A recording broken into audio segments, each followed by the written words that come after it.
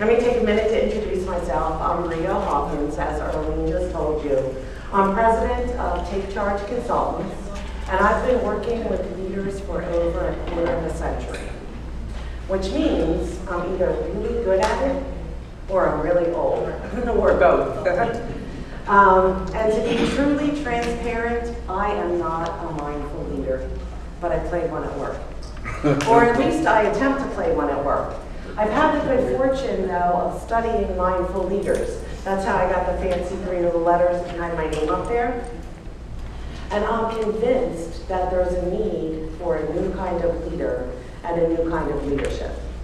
So I want to talk to you about what I learned as a consequence of working with those mindful leaders. And I'd like to share with you some of the things that they do that you can employ in your roles as leaders. What is mindfulness? I wouldn't be surprised if some of you, when you heard the title of this session, thought, oh, she's probably going to have us sitting on pillows and, and that's not, I'm not going to do that. But some people do choose to meditate in order to be more mindful. Some people, when they hear the word mindfulness, think of spirituality. And that's another thing that people do to help them become more mindful. But mindfulness is actually a trait or a characteristic. And it's defined in this way. Mindfulness is your capacity to be open and aware around the present moment. To be keenly aware of what's before you right now, and to not be distracted by things that occurred previously, what's going on inside you from an emotional perspective or sort of a mind chatter perspective, or driven by what you want to see happen in the future. It's the capacity to be totally present in the moment. And when you do that, then you're seen as open, curious, and accepting. Think about, though, the way we typically engage with other people at work. In a general conversation with somebody else, it's likely that you're not fully engaged in the moment. What are you doing instead? What do we have a tendency to do? Reading emails, multitasking, you talked about that this morning. We're thinking about what we want to say next. We're waiting for them to take a break so we can butt in and say what we want to say. We're formulating our thoughts. We're thinking about them. Oh, I can't believe here she goes again. When's she ever going to drop that? Or where was he when we had the big meeting where this was discussed? Or what's it ever going to take to get them off of their soapbox? Or, I wonder what he was smoking. We have a tendency not to be fully engaged in the moment. And it's a tough way to operate. I can talk about it ad nauseum, but what I'd rather do is give you a chance to really sort of experience it and see for yourself how easy or difficult it is and what kinds of things will enable you to get better and better at it. Reflection is important for lots of reasons, but for 2 main reasons. One is, if I'm going to be a good learner, a continual learner, I have to stop long enough to capture my lessons. So if something worked really well, I have to stop to sort of reflect to figure why did it go so well, and what can I do to continue that? If it didn't go well, I still have to stop and say, what do I need to do based on what just happened? You're not reflective if the same things keep happening to you again and again and again.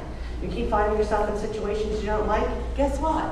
It's an indicator that you need to stop and take stock to figure out what you need to do to not have that happen again. Second reason reflection is so important as a leadership strategy is you have to be able to reflect in order to figure out where you're headed and what you need to do next. So it's an important part of the developmental process. It's the part of the change process. Whether it's me looking at myself or me looking at my organization, I have to stop, take stock, figure out where we are, where we might be, what the gap is, and what I might do to close it. So reflection is a critical skill. The recorder will have the grid. I'm going to bring them around in a moment. And they are to hold the grid so that the players cannot see it.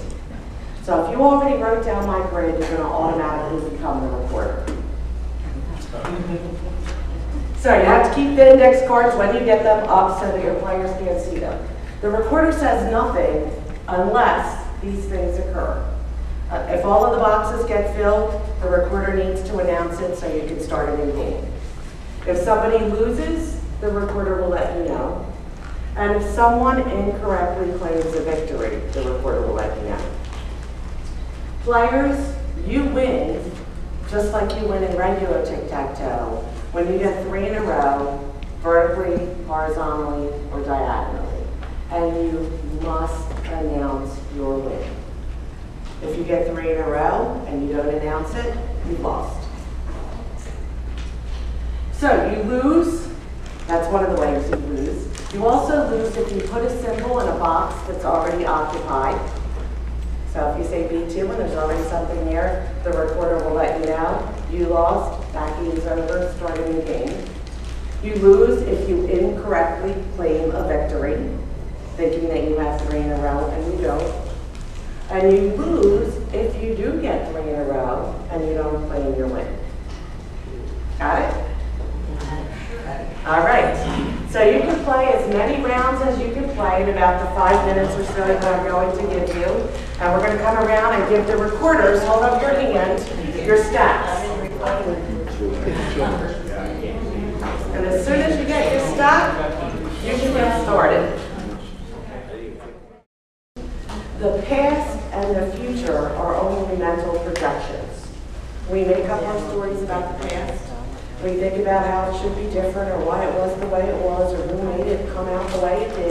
But the fact of the matter is it's gone. And the future is not yet here. So all we can do is sort of imagine what it might be. But there's great power and potential in the moment if only we learn to harness it. So I hope that what I talked to you about today will help you make that happen, that you can adopt some of the strategies of mindful leaders and bring better things forth in the moment. Thank you.